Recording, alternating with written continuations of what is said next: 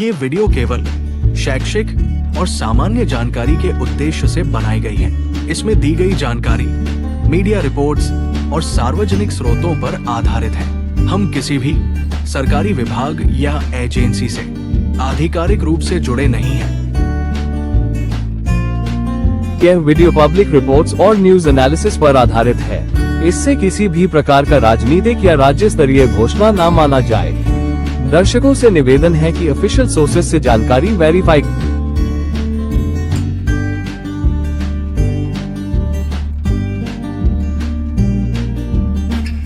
अगर आप आराम से अपने घर में बैठकर ये वीडियो देख रहे हैं,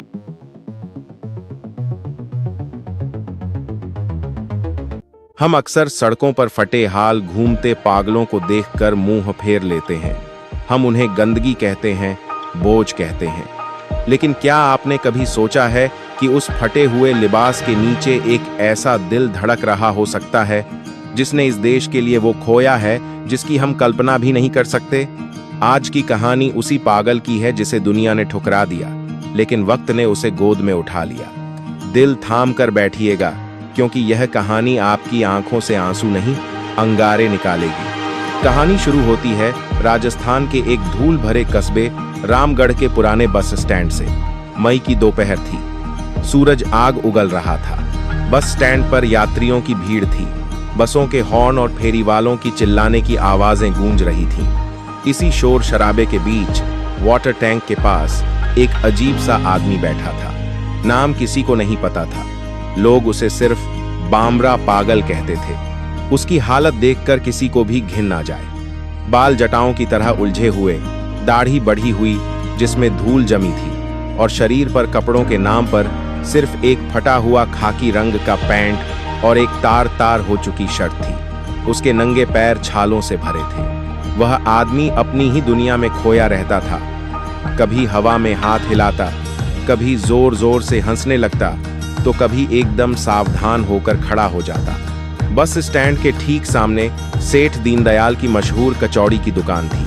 दीनदयाल एक बहुत ही गुस्सैल और घमंडी आदमी था। उसे अपनी दुकान की साख की बहुत चिंता रहती थी। उस दिन दुकान पर भीड़ ज्यादा थी। वह बावरा भूख से तड़प रहा था। उसकी नजरें दीनदयाल की कढ़ाई में तल रही कचौड़ियों पर थीं। भूख इंसान को जानवर बना देती है, लेकिन वो पागल फिर भी अपनी मर्यादा में था। उसने भीख नहीं मांगी, बस दूर से देख रहा था। तभी एक कुत्ते ने उस पागल के पास पड़ा एक दोना चाटना शुरू किया। पागल ने उस कुत्ते को भगाया और उस दोने में लगा हुआ झूठा टुकड़ा उठाने के लिए आगे बढ़ा। यह देखकर सेठ दीनदयाल का पारा चढ़ गया। अरे ओ मनहूस, मेरी दुकान के सामने ही तुझे मरना है क्या? ग्राहक खराब कर रहा है मेरे। सेठ दीनदयाल अपनी दुकान से बाहर निकला। उसके हाथ में गर्म पानी का एक मग था जो उसने बर्तन धोने के लिए रखा था।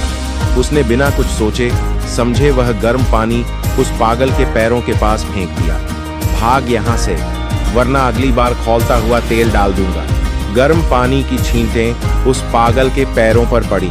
वह दर्द से बिलबिलाया नहीं चिल्लाया। उसने बस अपनी जलती हुई आंखों से सेठ को देखा, और फिर उसने जो किया उसे देखकर वहां खड़े लोग हैरान रह गए। उस पागल ने सेठ को गाली नहीं दी। उसने अपने दोनों हाथ जोड़े, सिर झुकाया और बहुत ही धीमी लेकिन भारी आवाज में बोला, जय हिंद नागरिक, कष्ट के लिए क्षमा।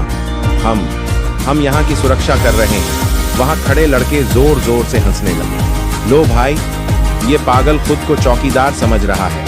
एक लड़के ने मजाक उड़ाते हुए पास पड़ा एक ईंट का टुकड़ा उठाया और उस पागल की पीठ पर दे मारा।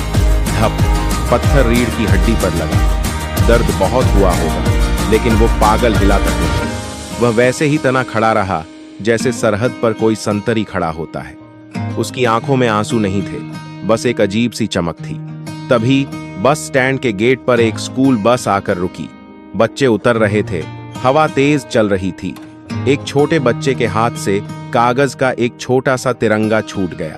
हवा के झोंके से वो तिरंगा उड़ता हुआ सीधा एक नाले की तरफ जाने लगा। दीनदयाल और बाकी लोग हंस रहे थे। किसी का ध्यान उस झंडे पर नहीं था, लेकिन उस बावरा ने देख लिया। जैसे ही उसने तिरंगे को नाले की तरफ गिरते देखा, उसके अंदर जैसे बिजली कौंध गई। जो आदमी अभी लंगड़ा कर चल रहा था वो चीते की रफ्तार से दौड़ा। लोग कुछ समझ पाते उससे पहले उसने नाले के किनारे पर छलांग लगा दी। उसका आधा शरीर कीचड़ में सन गया, लेकिन उसका एक हाथ हवा में था। उसने उस कागज के तिरंगे को कीचड़ में गिरने से पहले ही हवा में लपक लिया था। उसने उस झंडे को अपनी फटी हुई मैली शर्ट से साफ किया, उसे अपने माथे से लगाया, चूमा और बहुत ही सावधानी से अपनी जेब में रख लिया, जैसे वो कोई कागज का टुकड़ा नहीं, कोहिनूर हीरा हो। यह नजारा देखकर भीड़ कुछ पल के लिए शांत हो गई, लेकिन सेठ दीनदयाल ने फिर ताना मारा, बड़ा आया देशभक्त, नौटंकी साला, अरे ओए, ये ड्रामा कहीं और जाकर कर। तभी अचानक शहर का माहौल बदलने लगा। दूर से पुलिस की गाड़ियों के सायरन सुनाई देने लगे, पीं पीं पीं। ये आम पुलिस जीप नहीं थी। पुलिस की गाड़ियां बस स्टैंड के अंदर घुसने लगी।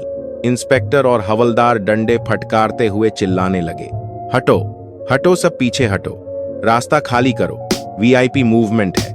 रामगढ़ कैंट के आर्मी चीफ शहर के रास्ते से बॉर्डर इंस्पेक्शन के लिए जा रहे थे।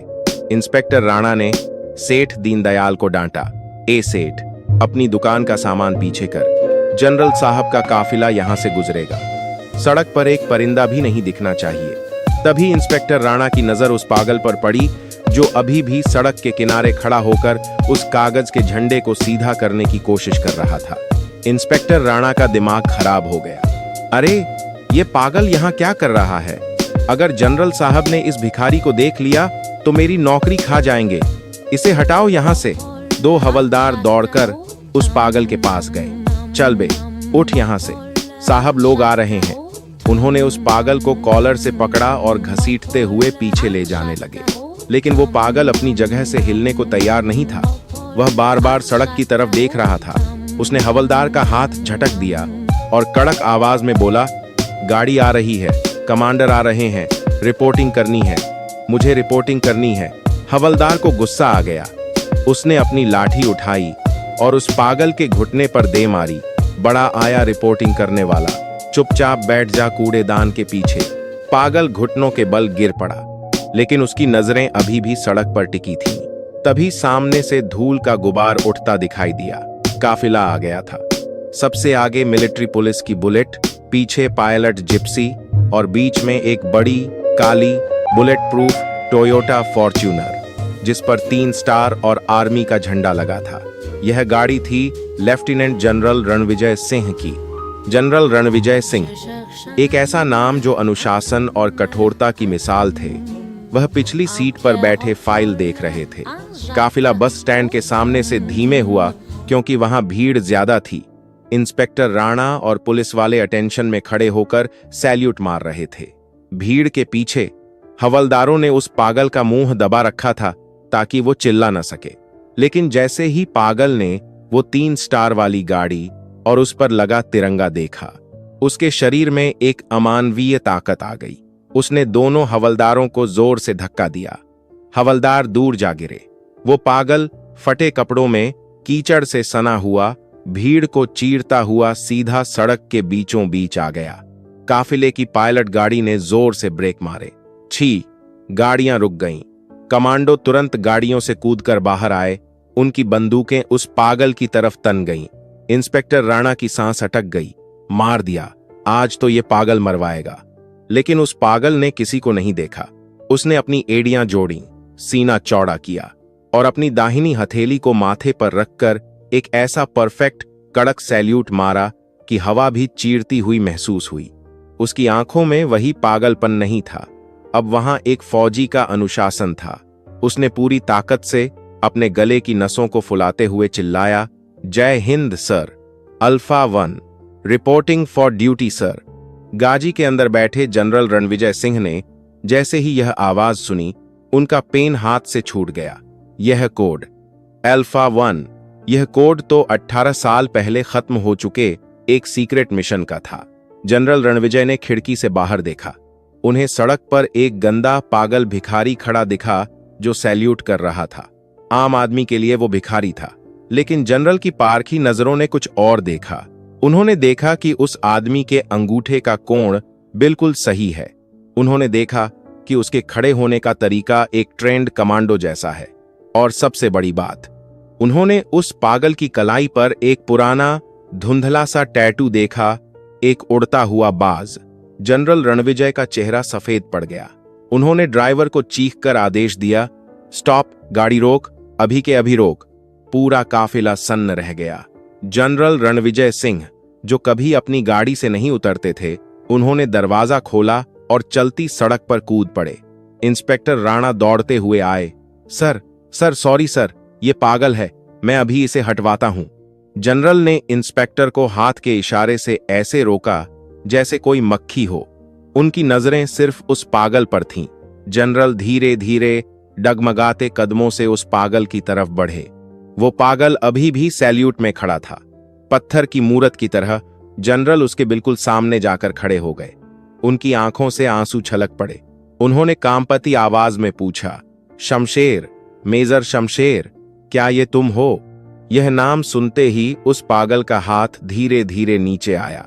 उसकी पथराई हुई आंखों में पहचान की एक चिंगारी जली। उसने टूटी फूटी आवाज में कहा, टाइगर, टाइगर हिल, मिशन सक्सेसफुल। सर, मेरे साथी वापस नहीं आए सर। टाइगर हिल।